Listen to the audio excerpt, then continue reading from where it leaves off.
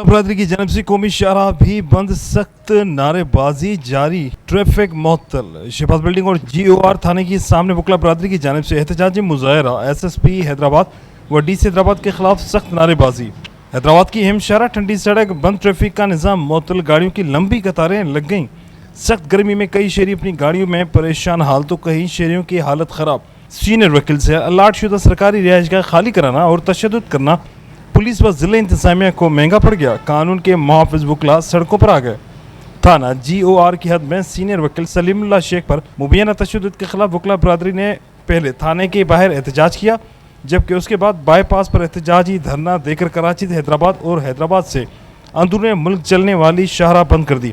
इस मौके पर मौजूद दर्जनों वकला ने deputy commissioner Fawad Ghaffar Soomro, commissioner Hyderabad Bilal Memon, SSP Hyderabad Amjad Sheikh के खिलाफ सख्त नारेबाजी की, जबकि एहतजाज और सख्त गर्मी के सबब मुसाफिरों को शदीद अजियत का सामना करना पड़ा। इस मौके पर वकला ने कहा कि सलीमुल्लाह शेख से अलाट शुदा सरकारी रिहाइश जबरी खाली कराई गई है और बेहमाना तशद्दुद करके उन्हें घर से बेदखल किया गया है, जबकि उनका मजीद कहना था कि मुलविस एहलकारों के खिलाफ मुकदमा दर्ज नहीं किया जा रहा, जो काबिल मुज़म्मत अमल है। वकला ने कहा कि किसी भी वकील के साथ नाइंसाफ़ी व ज़्यादती बर्दाश्त नहीं की जाएगी।